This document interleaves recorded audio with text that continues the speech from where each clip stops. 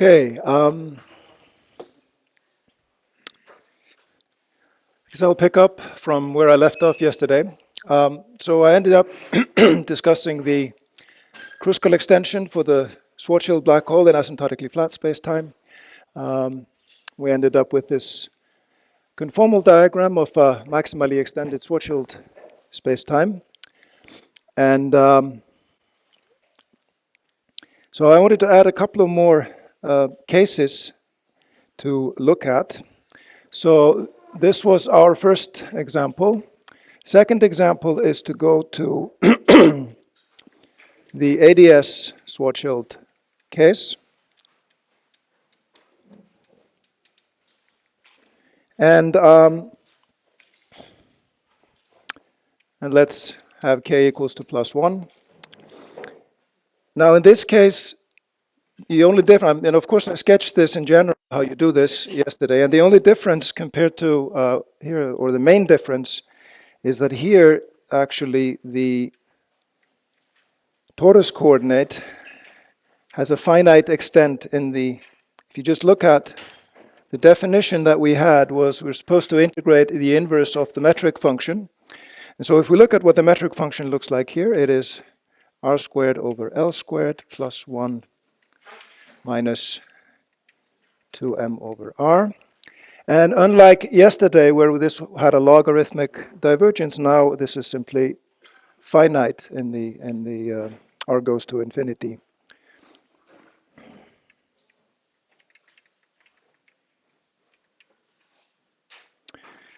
So when we look at the diagram, well, what this tells you is that, and this is of course important for the ADS CFT correspondence, because this means that the boundary now, instead of being null, basically future and past null infinity are on a time-like hypersurface here. So there will be a finite, once we go through our construction,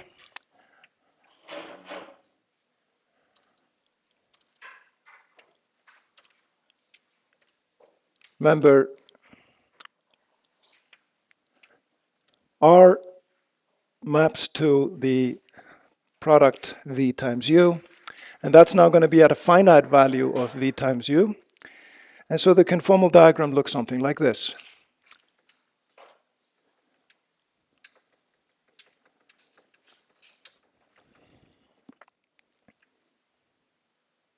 I'll again have my singularities at r equal to 0. I'll have the event horizon. But then actually the boundary looks something like this. Okay.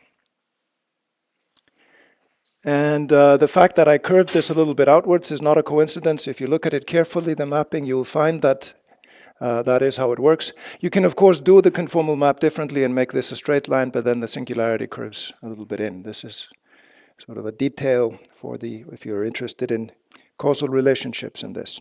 All right, so this is the ADS Schwarzschild case. One more static case, maybe the one that I should have started with, some you might say. How about Minkowski spacetime? Can I do this there? Well, of course, there isn't any horizon there to worry about. But I can, of course, do the analogous maps. Here, my metric is simply, and I'm going to do this also for k equal to 1.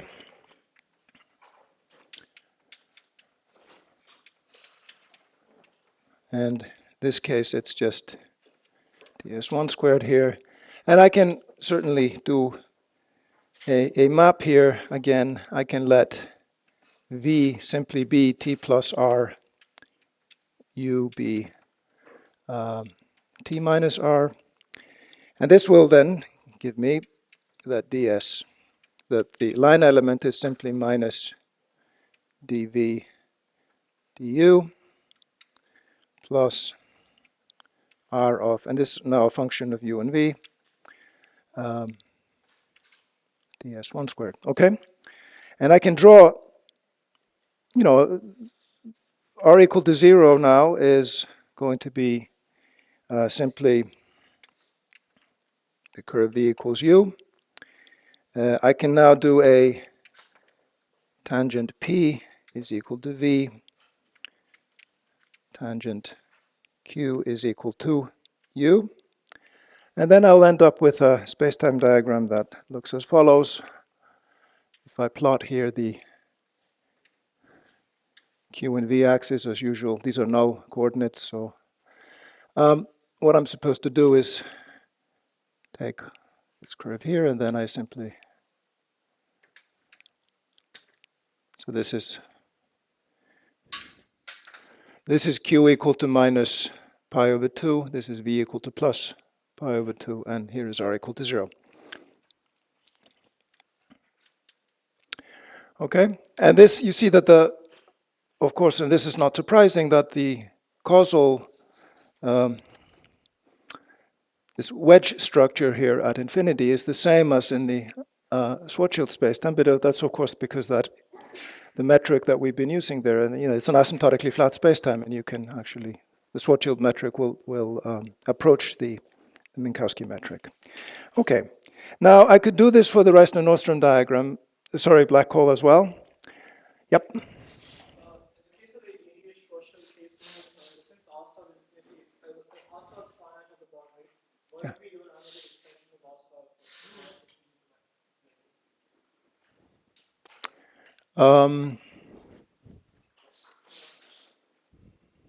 So you want to extend through, you want to take R star to be, you want to go over here, basically. I guess there's nothing to stop me from doing that, except that I don't need that. I guess I'm,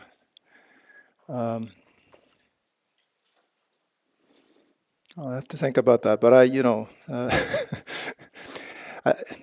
I guess I don't see, maybe there's just not much point in it. We don't need it for the physics of Schwarzschild black holes. Say again? Oh, this is BP, of course, thank you. Yeah. All right, now, for Reissner-Nordström in asymptotically flat spacetime, I would start out like that. Then, of course, when you do your extension through the outer horizon, you will find that the Kruskal coordinates that you get, they will fail at the inner horizon. And then you have to repeat the exercise. You can do that. You can do a second continuation there, and this will bring you inside the inner horizon. But then there are different ways you can go, and if you actually map out the maximally extended Reissner-Nordström spacetime, you will kind of have a sort of a repeated structure with you have. I wasn't really going to go into it, but we can, I guess, sketch it. So for Reissner-Nordström, this is lambda equal to 0. You get a structure that looks something like this. It's going to be a little tricky to draw. Singularity is time-like. It's inside the inner horizon. Then you have the outer.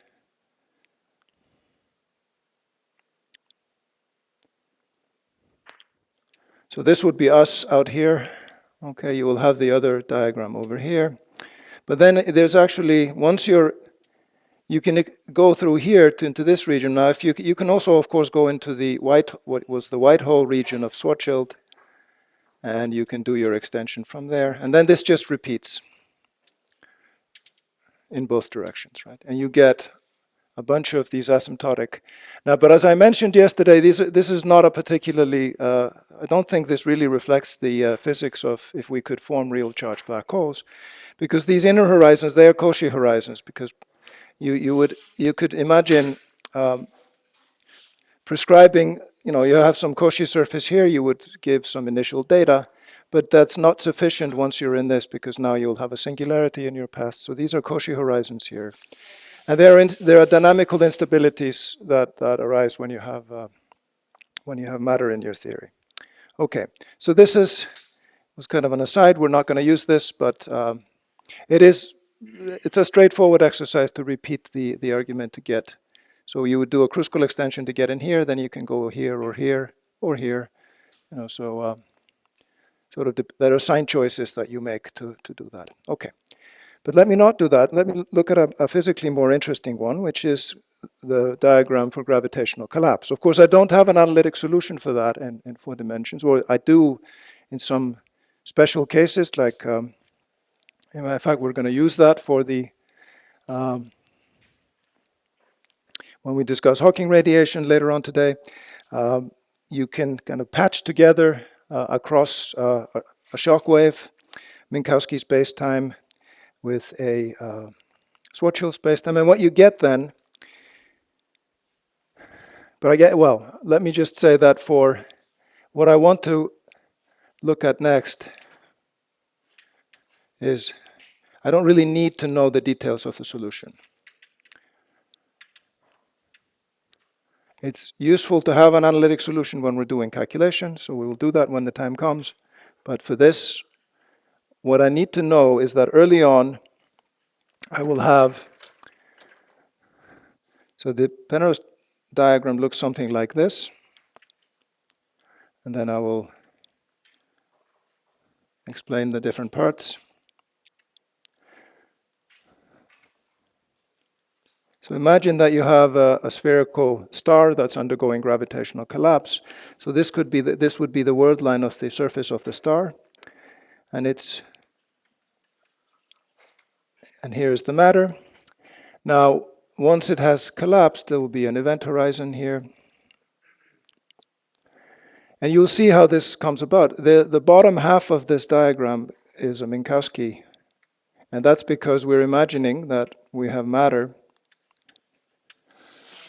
in some diffuse state. It's weakly curving its, the space-time, so it's going to be asymptotically flat and look, of course, locally look like Minkowski. And then once you've formed the black hole, and let's assume that this is uncharged matter, it's spherically symmetric, it'll quickly settle down to a configuration which is the Schwarzschild solution.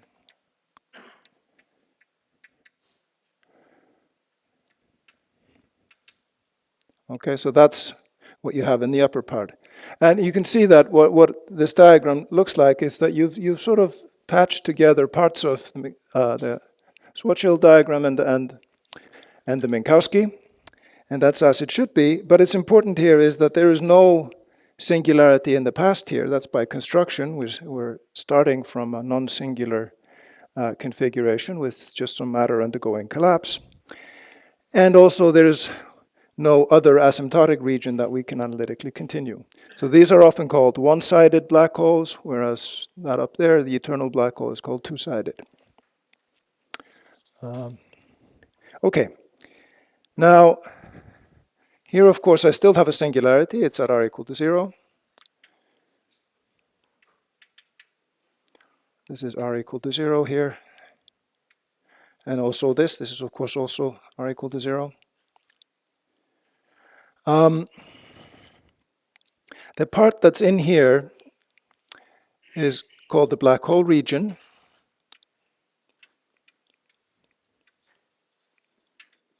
Now, the black hole region is defined as the following. It is the complement of the causal past of future null infinity. Okay, that's a fancy way of saying it's a region from which light cannot escape. Because light that escapes out radially outwards will go out to future null infinity, and whatever cannot escape is inside the black hole. Okay? And then we have this notion of an event horizon here, and that's simply defined as the boundary of the black hole region.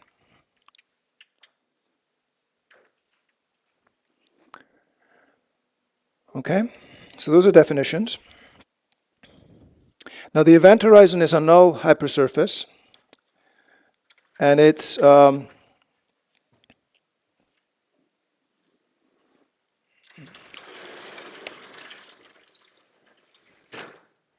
And what that means is that points on the event horizon, and this is going to be important when we discuss the area theorem.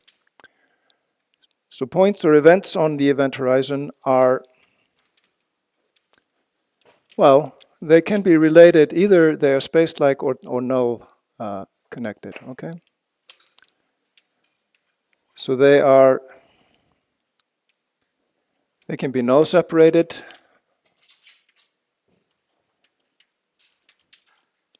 or space-like separated.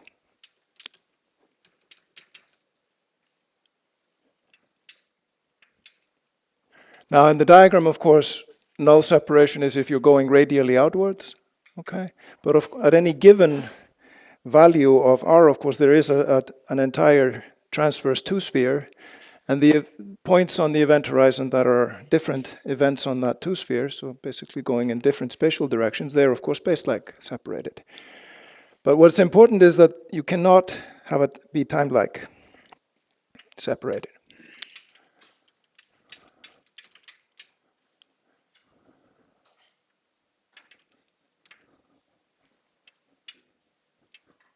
So there's no way for an observer who moves along a time-like world line to move along the event horizon, to meet. So they can pass through the event horizon, but they cannot go from one point to another there. All right. Now, so this was for gravitational collapse. Now, once we have discussed the Hawking effect, which we'll do later on today, we will conclude that a Schwarzschild black hole will emit radiation. That radiation carries energy, yes? Can it be space-like separated? Well, that's what I was saying before. You imagine you have this black hole that you formed in gravitational collapse, then each point in this diagram corresponds to a transverse two-sphere, right? So in particular, these points do as well. And then you can imagine events that are on different parts of that. You imagine spaceships that are approaching black hole from opposite directions. If they're passing through the event horizon, well, they are space-like separated on the event horizon, but they can't get to each other, so they're not time-like separated.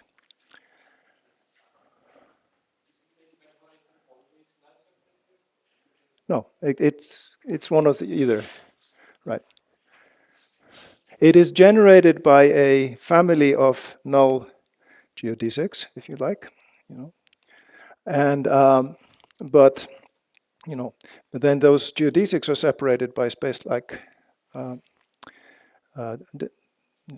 They are space-like separated in the space-time. Okay.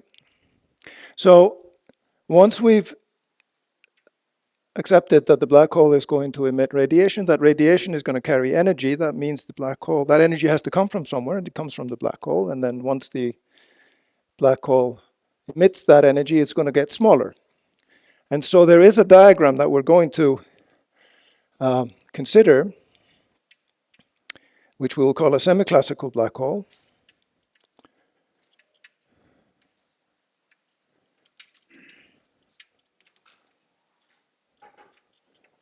And in this case, we do not have analytic solutions in 3+1 dimensional. We don't even have numerical solutions in a 3+1 dimensional setting. What we do have is we can do this actually analytically in a toy model. And I will show you that later on, I think, if we have time. So basically, in this case, it starts out very similar, but then we do have to take into account that the black hole will emit radiation. It'll keep doing that, and we believe that we can have some control over we have an understanding of how rapidly that's going to happen because Hawking's computation is valid. Of course, it assumes that you have a static black hole once you've formed it, but it evaporates very slowly. So it's you can sort of imagine an adiabatic process where you're doing a calculation, Hawking's calculation, and then at different times. But if you wait long enough, the black hole is going to evaporate. Possibly it'll just evaporate completely and go away, in which case this is r equal to 0, after the evaporation is finished. This is R equal to 0 before, and as before, you would form it by collapse here. Now, if the black hole does not completely evaporate, if some quantum effect were to invalidate the semi-classical approximation late in the process, you might end up with a little nugget that's stable behind. Those are called black hole remnants. The diagram is the same. This would then just be the word line of the remnant, so that doesn't change. All right. So this is basically, so here we still have an event horizon. There's still a black hole region from which you cannot escape, but the radiation that comes out, we have to think about that as somehow. And this is a subtle question that there's a lot of disagreement about, which is where exactly is the Hawking radiation coming from? We'll see that it is actually a somewhat non-local effect, but what we would agree on is that it will emerge over here, sort of as the black hole gets smaller, and then it'll stop when the black hole is gone. Right. So this is what we get when the black hole emits radiation.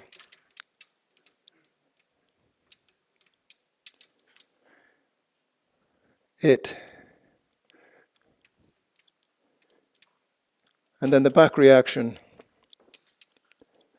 leads, is what we call black hole evaporation. And this diagram describes what we call semi-classical black hole evolution.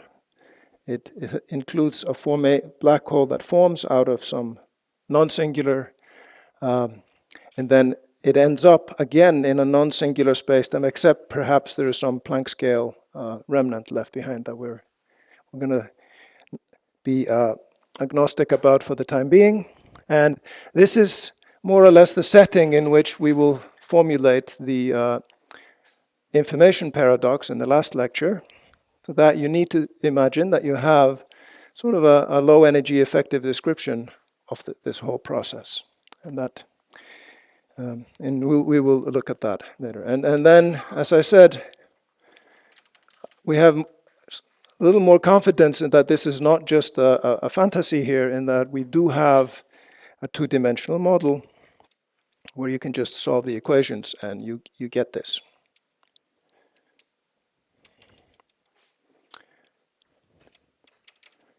And this is available in a d equals 2 model,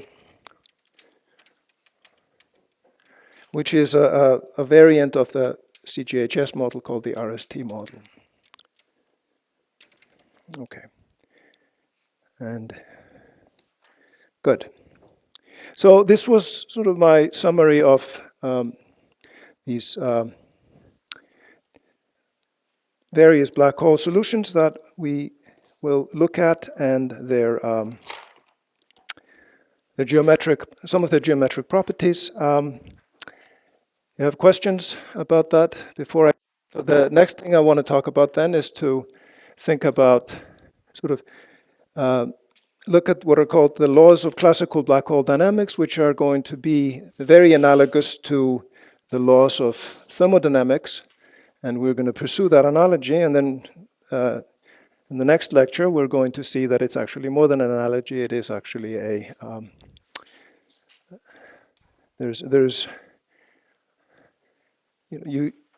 since black holes will emit like black bodies, it seems appropriate that we should have a thermodynamic description of them.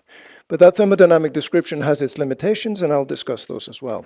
All right, but let's do the classical story first. So that's the next subject here will be, and I'm going to discuss the first and the second law. Now, classical black hole dynamics. There is a 0th law that I will comment on but not try to derive. And then you might think about the 3rd law of thermodynamics, and I'm not going to try to prove that because that simply fails. for black holes, because an extremal black hole is a violation of the third law of thermodynamics. Okay, so let's do the first law first. So I'm going to consider I'm going to work with asymptotically flat. I'm going to have k equal to 1. And I'm going to look at a Reissner-Nordstrom black hole just to have a few more parameters in the solution. Okay? And it's going to have mass capital M and charge capital Q. Okay? So this is an asymptotically flat space-time. We can do this for other values. This is just here the formulas are simpler. And now imagine that this black hole absorbs a particle. And it absorbs a charged particle. Okay? In doing so, what will happen is that M will change, right? It'll absorb energy from that particle. And the charge will also add, right?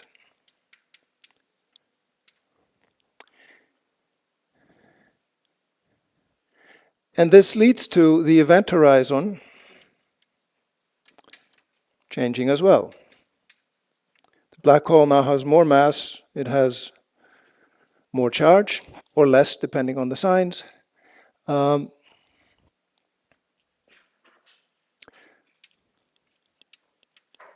afterwards, we'll have R plus, in this case, will go to, right, and I'm going to work to first order in these changes and see where that leads me. Okay. Well, what that means, and by definition what this statement means, is that the metric function now for a larger black hole with a different charge, evaluated at the new horizon value, had better be 0, right? That's what it means for the event horizon still to be there. Okay. And now I can work this out. I'm going to find that this is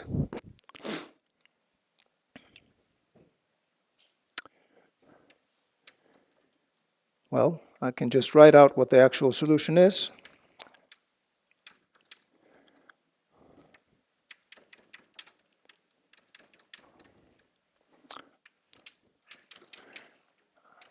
Get this squared here.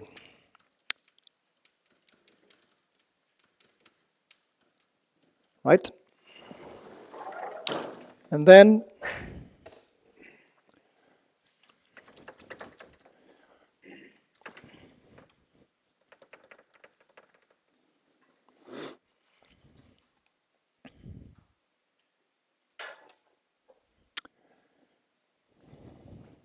we'll continue this here.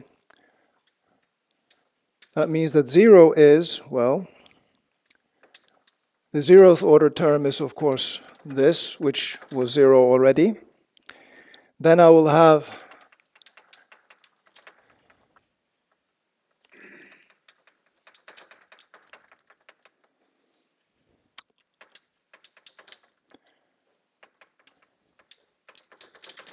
I simply work I'll 2 delta m over r plus, right? And then I'll have finally plus 2q delta q over r plus squared, right? So this is the first order answer. And since this thing here is, of course, this is the old horizon, so this I know is already 0. And so I can now, so that means the sum of these three terms also has to be 0. So I can isolate delta m. in this equation. And I'll find that it is a half F prime of R plus, delta R plus, right?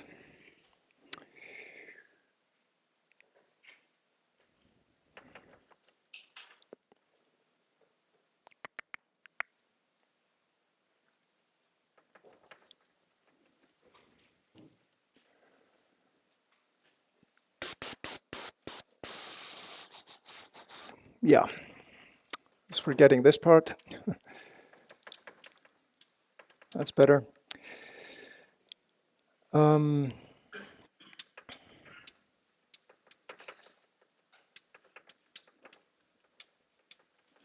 right. So remember from yesterday, this was the surface gravity, right? This is actually 1 over 8 pi times change in the horizon area, right? Remember, the horizon has an area of 4 pi r squared. I take the variation of that, and then I would get 8 pi r plus, which is why I divide by 8 pi there. And this one, we said, was actually the chemical potential, mu, right? So what I'm finding here is that the change in the energy, which is delta m, is xi over 8 pi, the change in the area, plus mu delta q. And if I had been a little more ambitious and I had worked with instead of Reissner-Nordström, I had worked with the Kerr-Newman solution, I would have actually picked up another term here, which would have been, this is if I'm doing Kerr-Newman.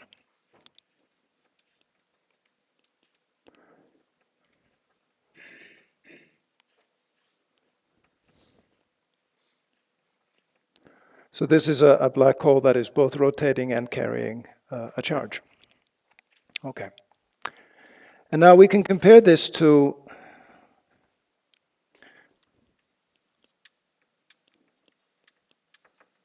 first law of thermodynamics, which says that dE is TdS plus mu dq plus omega dj if we have angular momentum. This suggests then, and that there is a temperature I should attribute to this that is proportional.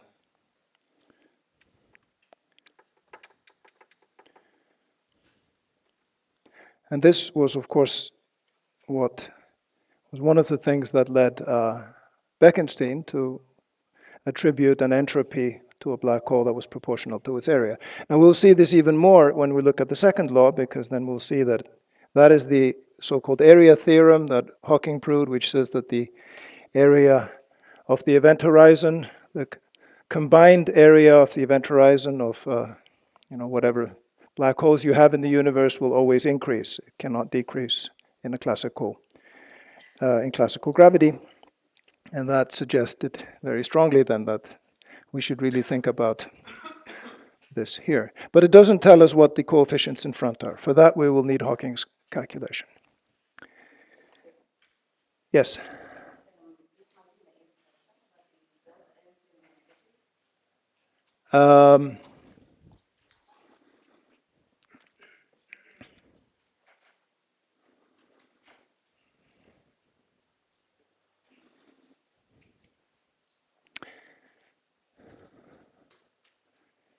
Yes, there is this thing. If you have a rotating black hole, there's this thing called it's called superradiance. You can actually arrange things so that you absorb angular momentum by a particle coming in, but you actually lose energy. So, And then you can actually think of the Hawking effect as kind of, if you think of that as stimulated absorption, then there's stimulated emission, then the Hawking effect is the corresponding spontaneous emission. Yeah, so time can be negative, right?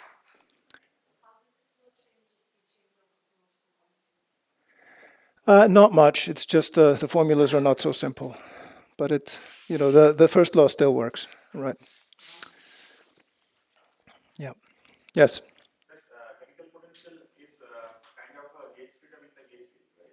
Because that you can add a mu because A is not what contributes to dynamics, F is what contributes to the dynamics. Yeah. No, I alluded to this yesterday, and I'll come back to it when I look at the Euclidean solutions. This is comes just from a regularity condition at the horizon. Then I make this connection with mu. Okay. Now.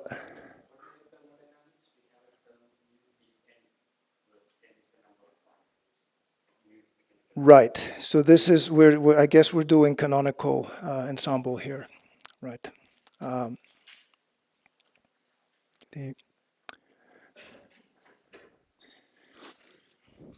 Well, sorry, this is that term because these are we're thinking about you know, the dual system that we're thinking of has a conserved U1 charge, which is particle number, and that is what this Q counts on the dual side. So a gauge symmetry in the bulk in ADS-CFT is dual, you know, is dual to a global symmetry on the. So that is that term. Sorry. Yeah.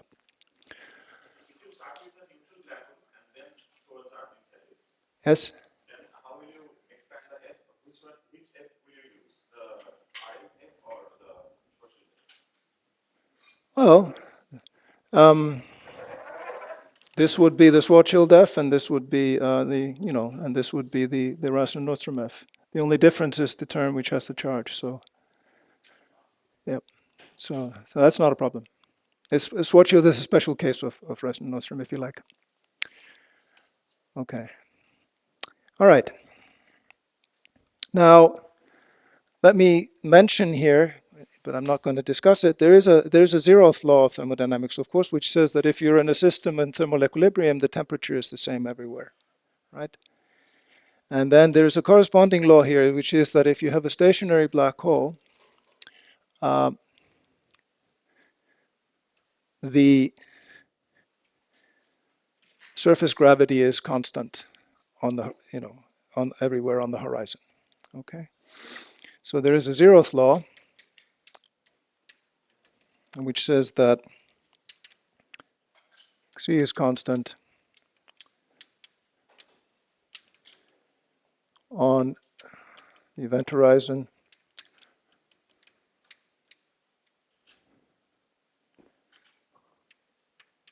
of a stationary black hole. I'm not going to prove that here. I want to move towards the second law. But you can find a discussion of this, for example, in Wald's book on relativity. And this, of course, dovetails quite nicely with interpreting this as a temperature of the black hole being proportional, because then this is the zeroth law of thermodynamics. Yes?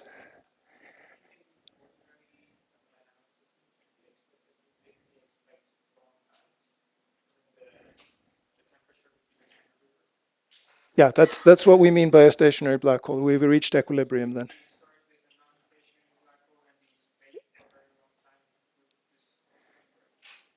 Yes, in classical gravity, what happens when you form a black hole, it can be quite a complicated process, but within a few what are called light crossing times, which is basically the time it takes a photon to travel this distance, the black hole settles to a fairly unique state. If it is, in fact, it's characterized, the final state is characterized only by charges that couple to long-range fields. So those are, if they have an electric charge, it's an energy, right? And so this is called the no-hair theorem, and I will not really discuss it here, but that is you can imagine, you could say that is how the gravitational system is actually thermalizing. It's approaching a thermal equilibrium. And it's of course a quite interesting process to ask, how exactly is that happening, and how does that correspond to thermalization if you're doing gauge gravity duality? What does it tell you about the thermalization process in the dual system? There's quite a bit of work that has been done, and is still being done in that area. All right. Okay. Second law.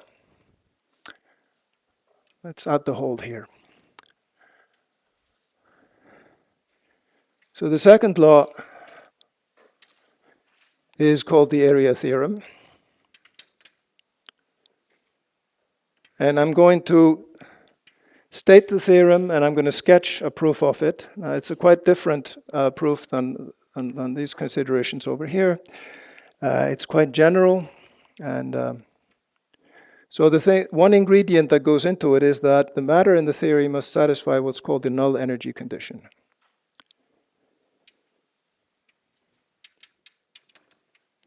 So the null energy condition often has this acronym, NEC, says that your matter energy momentum tensor. Now, of course, we haven't discussed matter much, but the matter, we will do that a little bit later on. So if you have the matter energy momentum tensor, and you contract it into any null vector, that should be greater than or equal to 0.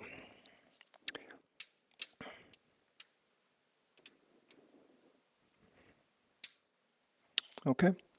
So this is basically a statement that energy flows causally. And the statement of the theorem is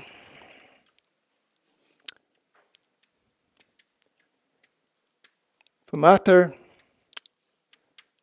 satisfying the null energy condition, the area of a spatial cross-section, or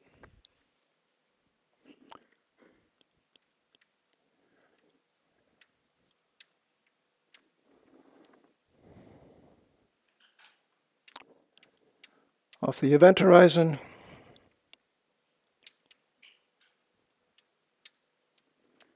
is non-decreasing. So it can stay the same or it can grow, but it cannot shrink.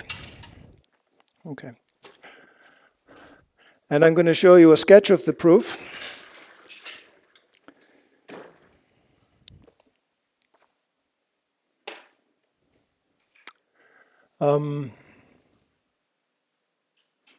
Now might actually be we've been going, what, 3/4 of an hour? Yeah, let's take a quick break. It's going to be a long day. I think we're doing a lot of this today. So,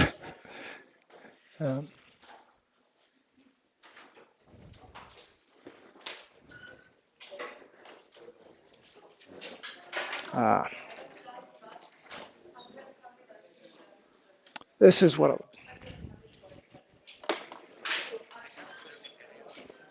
sure.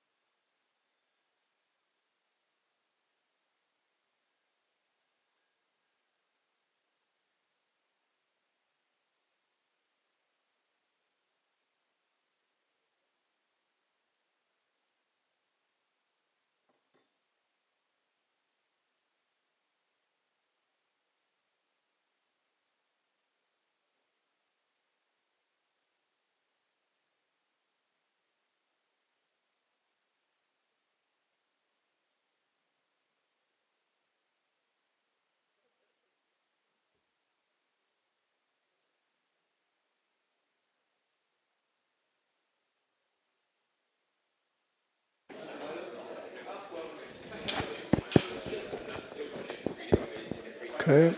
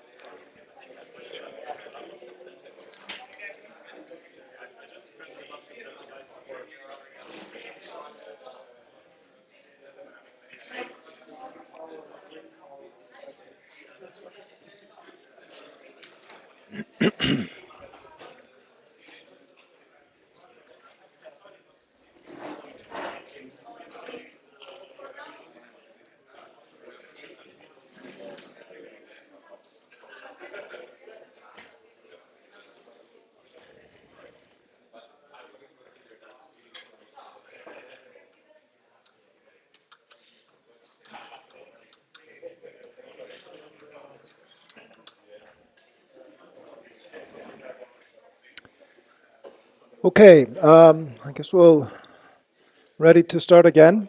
Now, as I mentioned earlier, the event horizon sort of consists of a collection of null geodesics. So it's generated by null geodesics.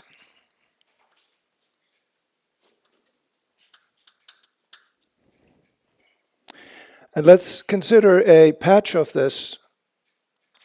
So we imagine that we have taken a spatial cross-section of the event horizon at in some way, and I'm going to look at a little patch of that.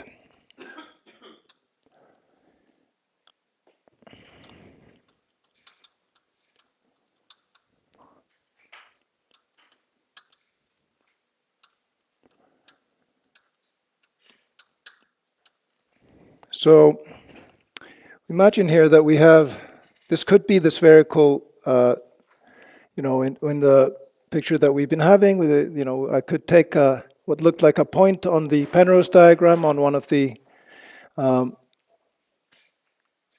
the event horizon of one of these black holes, and this would be just a little patch of that two-sphere, but it can be much more general than that. This can be any spatial cross-section through an event horizon. And I imagine just taking a little patch here, and this has area A, little a, and I'm going to think about the geodesics that come through here. So these are null geodesics that are generating the, so there's a family of them here, and I have some affine parametrization that and of course I need to, when I say that I've taken a spatial cross-section, it means that I have decided to call these, or I can shift the affine parameter each one, and let's say that they all have affine parameter 0 here at, and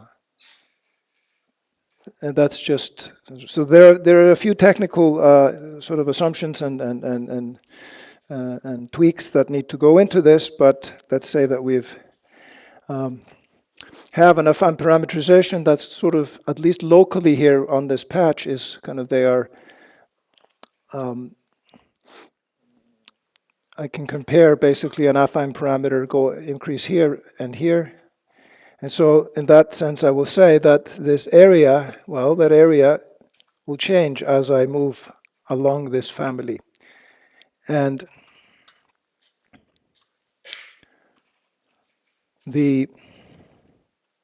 so this is an affine. And of course, I'm thinking about basically an infinitesimal patch here. So here's the affine parameter of my geodesics. And this expression here, the theta here, this is called the expansion of this family. Okay? And it's really just the fractional change in the area along sort of a bundle of these geodesics.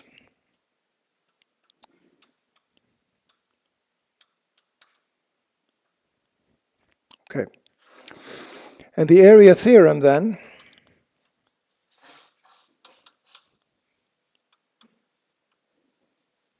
is really the statement that this expansion has to be greater than or equal to 0. And then the way the proof will proceed is to instead assume that it's somewhere along the line here. I have a point where the expansion is actually negative, and we'll show how that leads to a contradiction. All right. And for this, of course, we need some input from GR. And the input is the geodesic deviation equation. So this is the Raychaudhuri equation.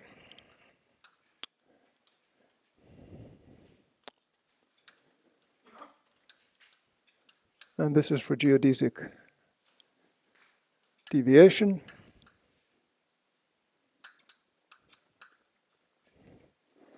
And it looks something like this. It can be formulated in terms of this expansion by saying that d theta d lambda is actually equal to minus theta squared over 3. There's of course, I'm not going to derive this. I'm simply going to take this as a given.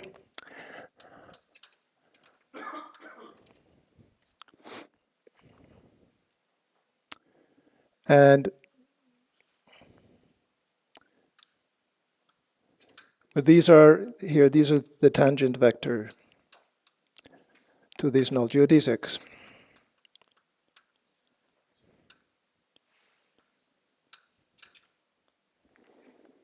So this is the version of the geodesic deviation equation that holds for null geodesics. Yep.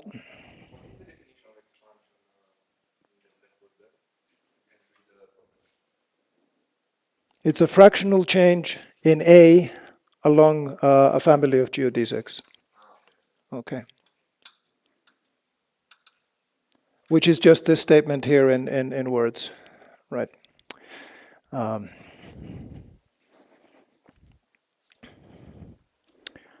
Now, yes. Coming to that, so sigma is a well, the important thing for us is that sigma this is a positive definite. This is a sort of measures the twisting of the families, as I go along. So it's like it measures a torsion here. But the important thing is that this is positive, and then what we'll show is that the null geodesic, the null energy condition will ensure that this is also negative definite. So therefore, we can estimate this from. So that gives us an inequality that this satisfies involving only theta. Okay. So for that, we're going to use the Einstein equation.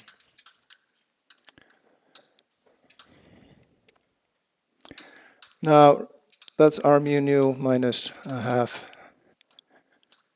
g mu nu r. And cosmological constant is, and then what we're going to find here is that this is equal to our coupling kappa squared T mu nu, if I have matter. And now I simply contract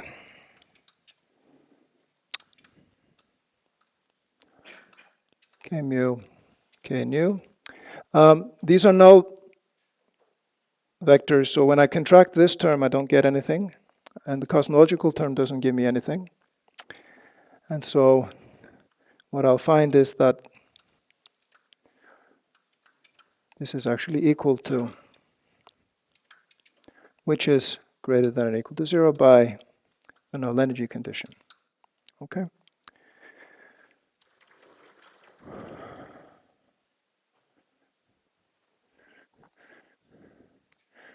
Yeah, sorry. I actually dropped the torsion term. This is the shear This is defined as the shear of the geodesics. Now, I'm not going to go into the precise definition of it. It simply is the way it enters here is as a positive definite quantity. So that's only going to strengthen the conclusion here. So what it follows from this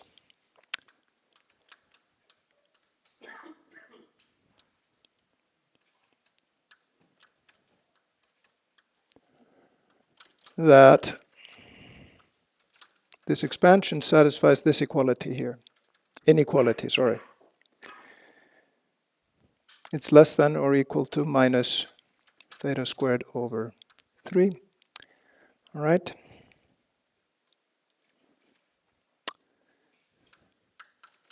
And I can rewrite that as saying that TD lambda of 1 over theta is actually greater than or equal to 1/3.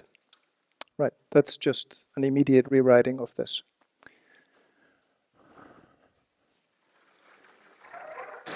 So now I want to use this to see that this will lead me to trouble. If theta at lambda equal to 0 has some negative value that I'm going to call theta 0. So I'm going to assume that this is actually negative, right? And then that would be a violation of the area theorem, right? So let's see where that gets us. Then by this here, this tells me that this will then be greater than or equal to plus lambda over 3 for all lambda greater than 0. Okay. But then 1 over theta will actually go to 0, right?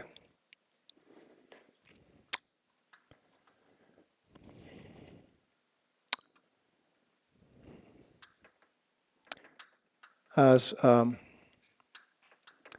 lambda goes to lambda 0 for some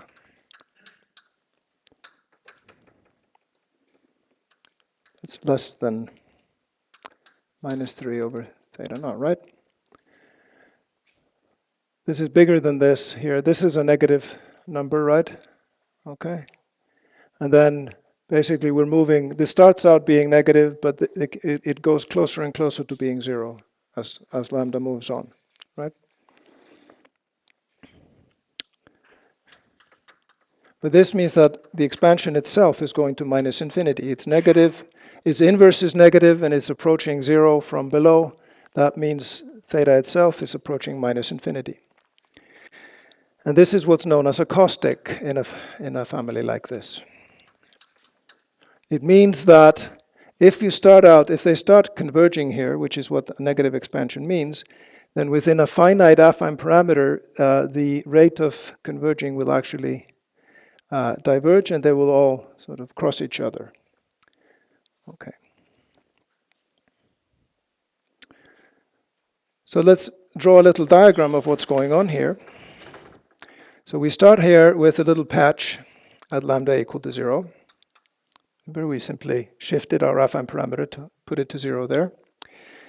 And then let's look at two representatives of these families. They're approaching each other here as we go up. And what this is stating is that they will cross each other necessarily. That's what the caustic will do for us here. Okay. And let's take this point here. This is an event that I'm going to call Q. And it'll be an event close to the caustic. And then there's now each of these is a null geodesic, but when you have this caustic, you can now ask about the future light cone of this point here, right? And that's going to look something like this. Well, maybe not well drawn here, but there's going to be some future light cone here, right? And the point is that the caustic will bring another member of this family inside that light cone. So if I have a point up here that I can call P, then that P is now time-lag separated from Q, and that is not something that can happen on an event horizon. Okay, so P is inside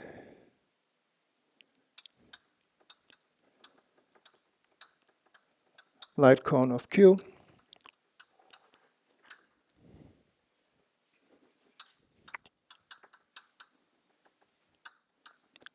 But there are no time-lag separated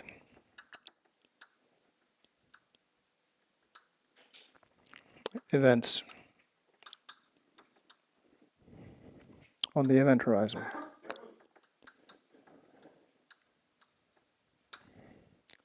And so we conclude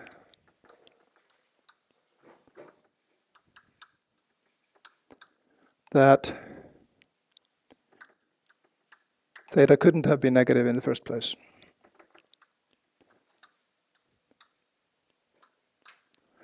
Right. Now, lots of details missing here, technical assumptions and so forth, but this is the sketch of sort of how the proof goes through. Right. All right. So the area theorem simply says that the area of the black hole is a non-decreasing function.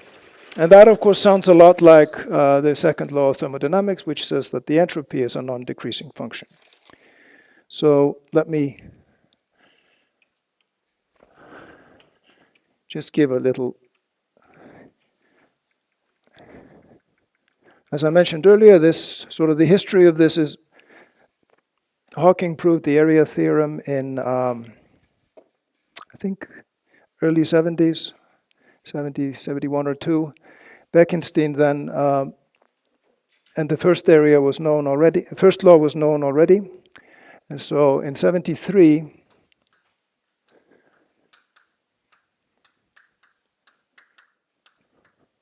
so this is over 50 years ago, Bekenstein proposed a thermodynamic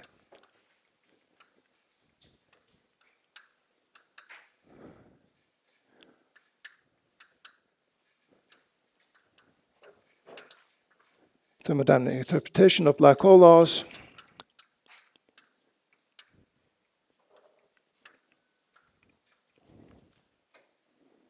Basically, he said, identify, as I earlier, as the surface gravity should really be thought of as a temperature proportional to a temperature, and the horizon should be viewed as the entropy. Okay.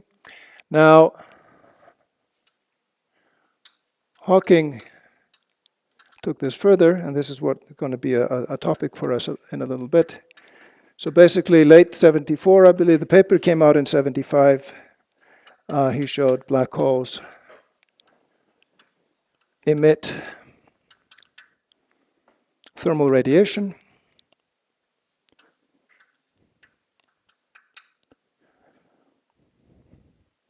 And the temperature is actually 1 over 2 pi times c.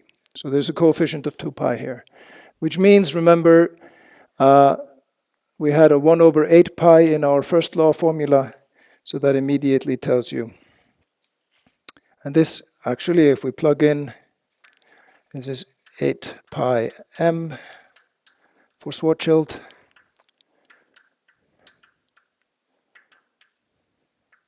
Black hole.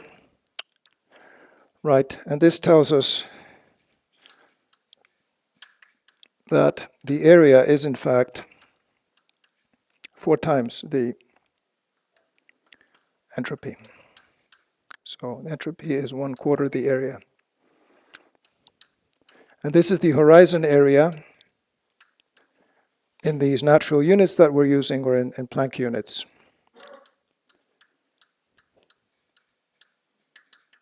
So this is an enormous number for a macroscopic black hole. Bekenstein pointed out that if you take a black hole, a one solar mass black hole, and you compare this entropy to the thermal entropy that we can compute or estimate for the sun, as it is today, this number is actually 20 orders of magnitude larger. Right? So if you're going to count the number of, if we really want to give this entropy here a statistical mechanical interpretation, we need an awful lot of microstates to count. And it's actually considerably more than the microstates that you find in a typical, astrophysical object that's going to collapse to a black hole. Yes?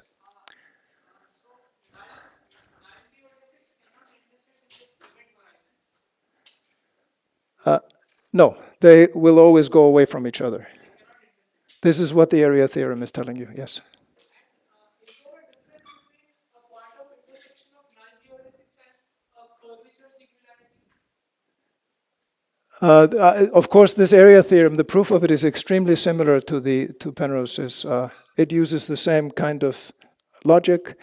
When Penrose proved his singularity theorem, he actually used a very, very similar argument to show that that there was geodesic incompleteness. There are geodesics that come to an end. It doesn't really tell you that there's a curvature singularity there, but in the examples we know that is. But it's generic behavior for matter that satisfies the positive energy condition in that case is that there will be geodesic incompleteness in the space-time. So they are not completely equivalent. A place where geodesic ends and a place where there is the curvature singularity aren't the same things. No, the first is more general. Yeah. So more of a conceptual question. From the area theorem, the area is bound to grow.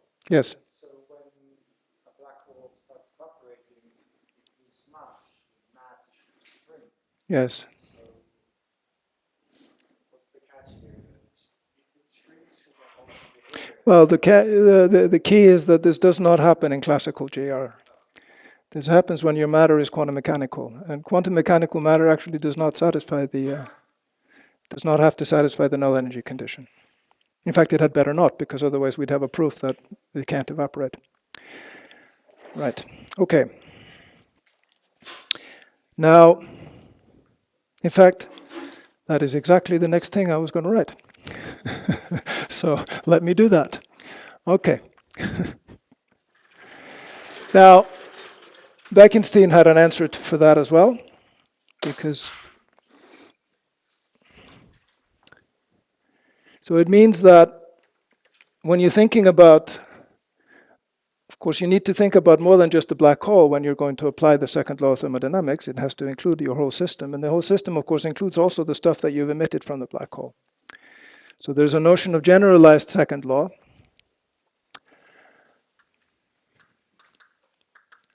So when we get there, we will see that Hawking emission, we will conclude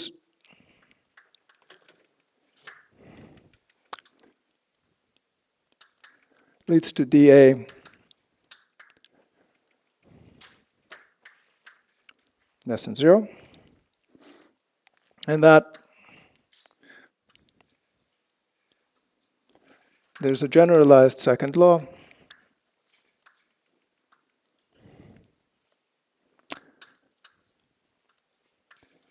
where the entropy of the system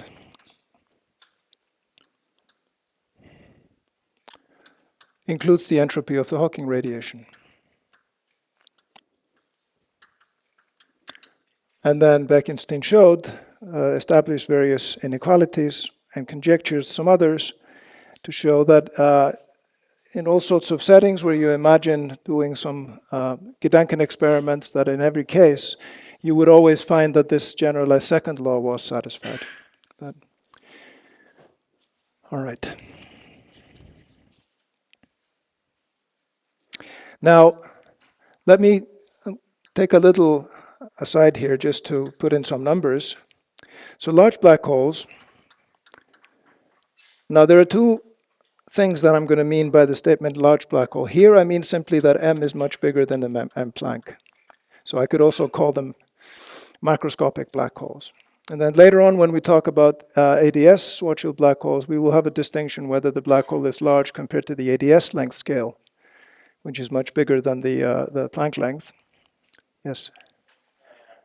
Does the second law, the proof of the second law, hold also for systems of black holes with individual black hole areas?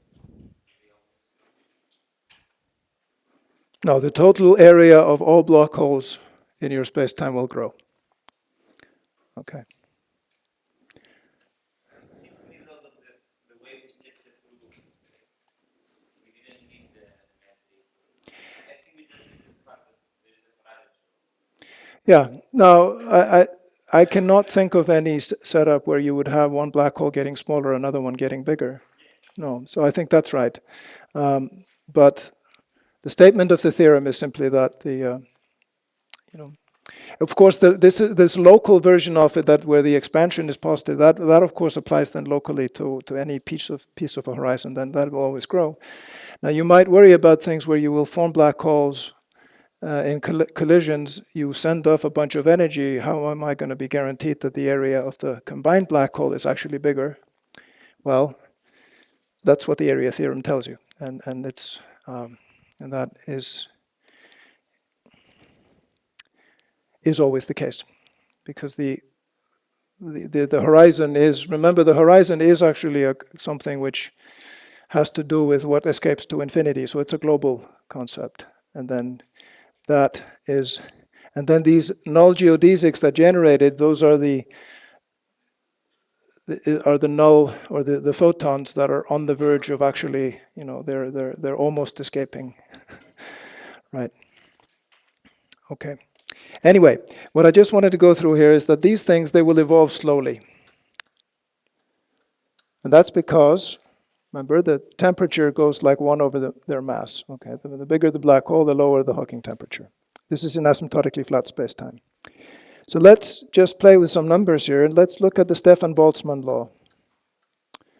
And we're ignoring so-called gray body factors. We're just going to imagine this is a black body. Boltzmann law. I'm just going to do some numerology here. This is a law for black body radiation. So, and let's focus on a Schwarzschild black hole.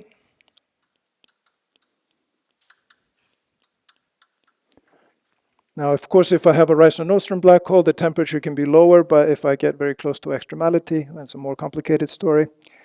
But here I have a Schwarzschild black hole, and I can say that dm, the change in energy, should go like roughly, well, it's decreasing, and the Stefan-Boltzmann law says it should be the area times the temperature to the 4th power, right? That's Stefan-Boltzmann's law for a black body, and there's some coefficient in front that I'm not going to worry about. Now I can put my numbers in here. So this is minus, the area goes like m squared, right? Because it's the Schwarzschild radius squared. That goes into that. Then the temperature goes like 1 over m to the 4, temperature to the 4th power. And so here I'm using that T Hawking is 1 over 8 pi m. And now I can integrate this equation. This tells me that the time derivative of the energy goes like minus 1 over the energy squared. I can integrate that. And I find that if I have some initial black hole and a final, I follow this for a time, from some initial time to a final time, this will go like the integral from the emission to the m final, dm m squared. So it's going to, again, I'm not keeping track of any numbers in front here. It's mi, it goes like m cubed, right? And then if this guy is of order the Planck mass, if we wait until, then this really is just going like the initial mass cubed. That's going to be, say, if this is an astrophysical black hole, of course, this is a completely tiny correction here. Okay. So this is the lifetime of the black hole. Now, I can try to do this more carefully, or better still, just look up what other people did when they did it more carefully. And you can put in the numbers, you can put in the corrections to the thermal spectrum that have to do with propagation and, away from the black hole through the space-time. Those are called gray body factors. You can think about what are the species that the black hole can actually emit. And you can come up with an estimate of how quickly does a black hole, Schwarzschild black of mass m, in our universe actually go away. Okay? And the numbers that you get are the following. Now, most of the time, this black hole has a tiny, tiny temperature, so you're not actually, if you put in the numbers here for the temperature here in SI units, you find that it's something like 10 to the minus 8 Kelvin for a solar mass black hole. And then for bigger black holes, it only gets smaller. Yeah.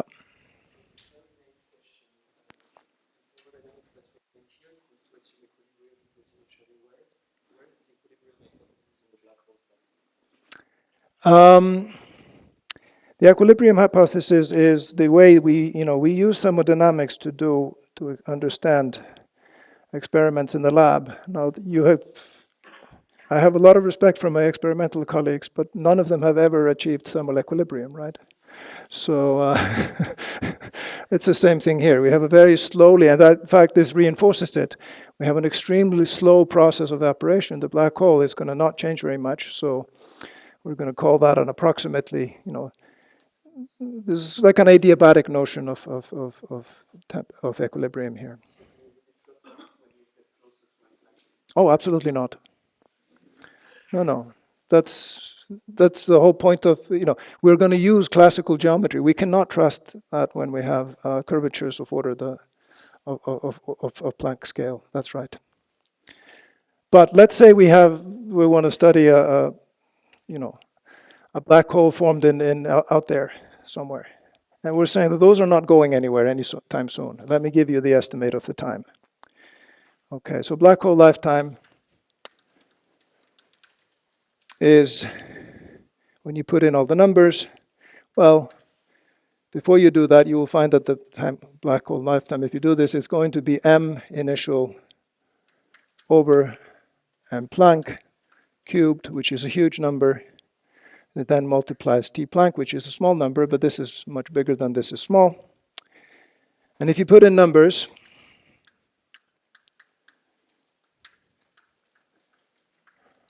sort of at the best,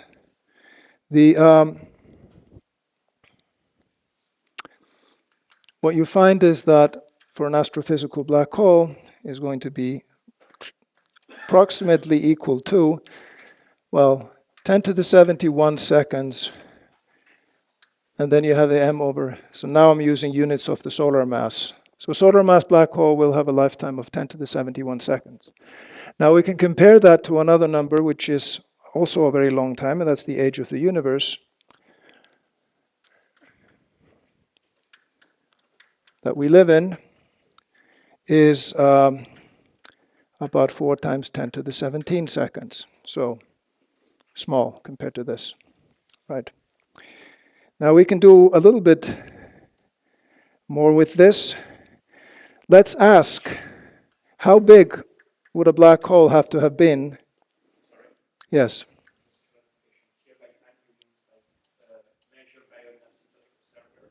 Oh yeah, absolutely. Yes. This is, we're going to have our black hole sitting there. We're going to set up our, surrounded with a Dyson sphere with lots of detectors, and we're going to measure everything that comes out. Yep. No, I never said this was a practical experiment, but it's, so, in fact, we're going to do more of those at the end, but we can ask the question, which Hawking asked at the time, which is, what if we had a black hole that was actually had this lifetime? How big was it to begin with, right? So that tells you actually that the initial mass was actually not that big. I think the number I got was 3 times 10 to the 12 kilograms.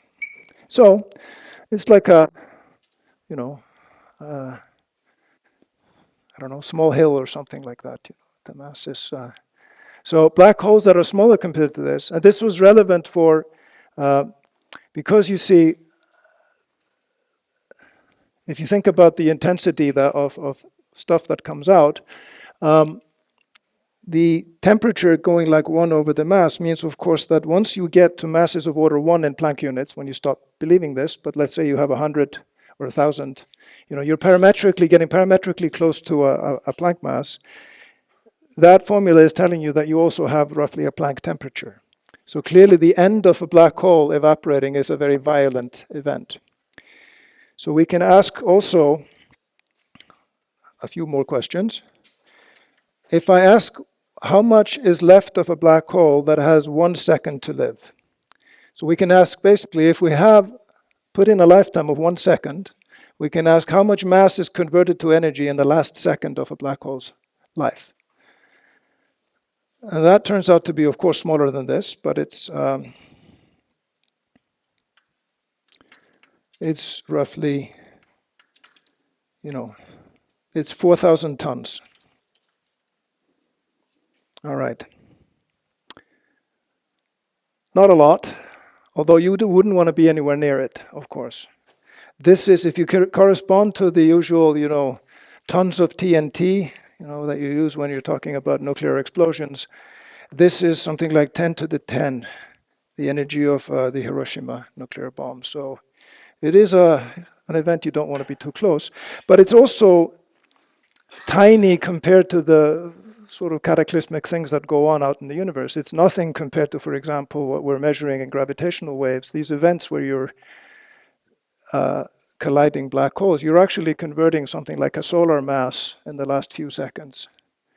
And if you think about it, the sun, with all its energy, it burns through about 1% of its own mass. It converts that to energy over 10 billion years. Whereas a black hole collision is actually converting like several times the solar mass in a few seconds. So those are.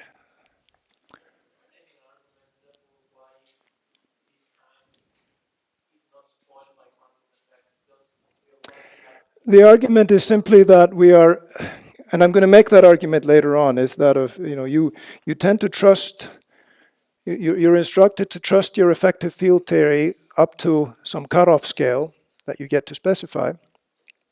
And our expectation is that local effective field theory for, you know, gravity plus matter should hold up to sort of scales where are small compared to the Planck scale, but they can be quite high. I can give you a number, which is, if you ask what is the sort of scale of, you know, you calculate a curvature squared invariant in a Schwarzschild background for a solar mass black hole, and you compare that to a cutoff scale, which is, let's say, TeV. You know, we're going to do standard model physics, right?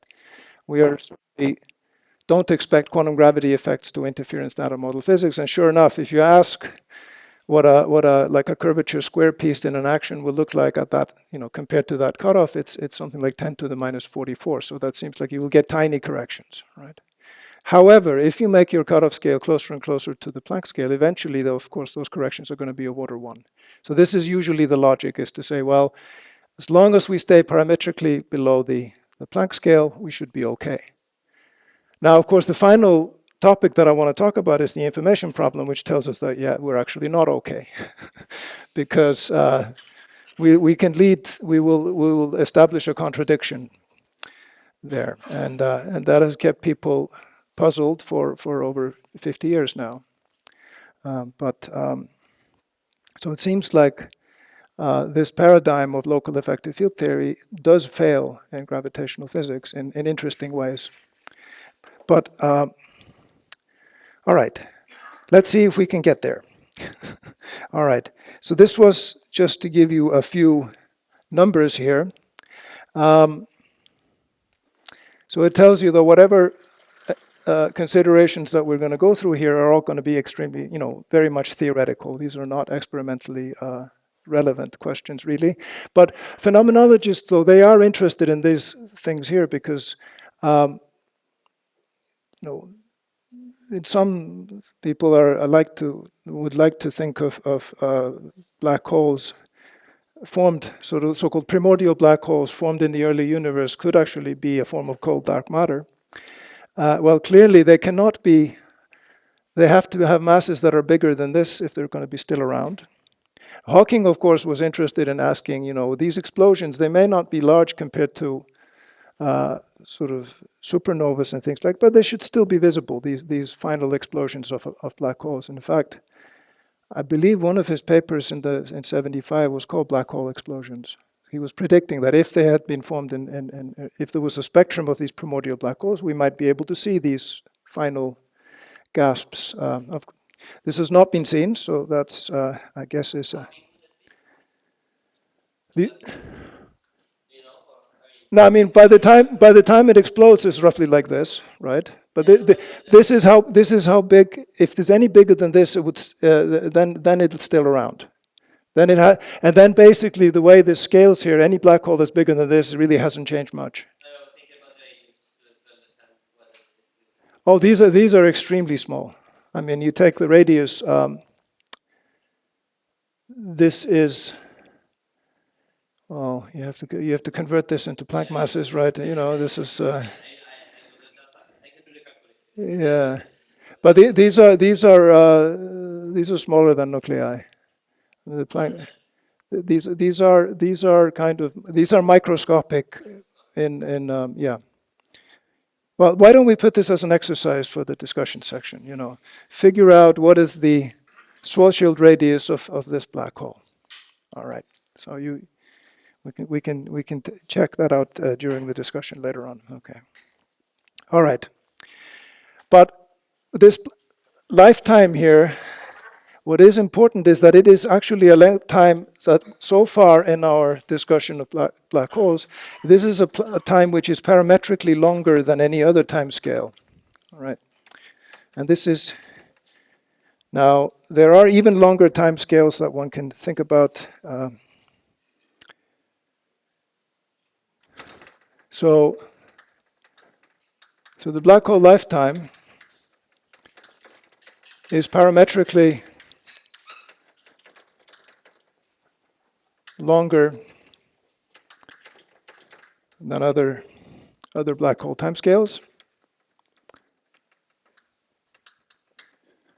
Now, two relevant ones that we can think about is what I mentioned a few times before, which is the light crossing time.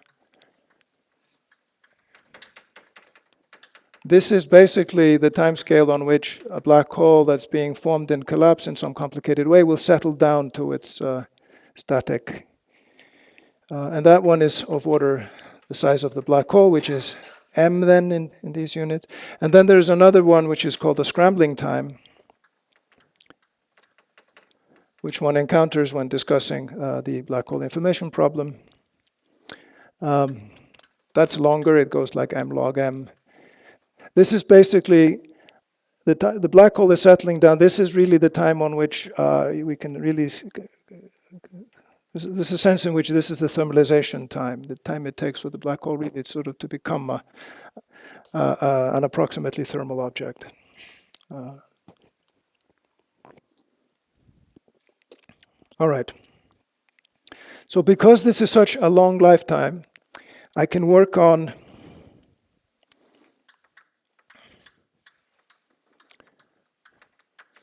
I can really take these static backgrounds and I can work with them if the timescales of the problem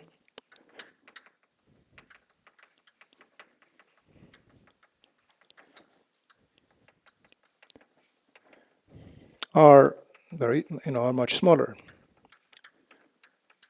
And this includes any problem that involves, black hole mergers or black hole interacting with its, matter falling in from an accretion disk. I don't need to think about, evaporation effects there. But it also motivates a very useful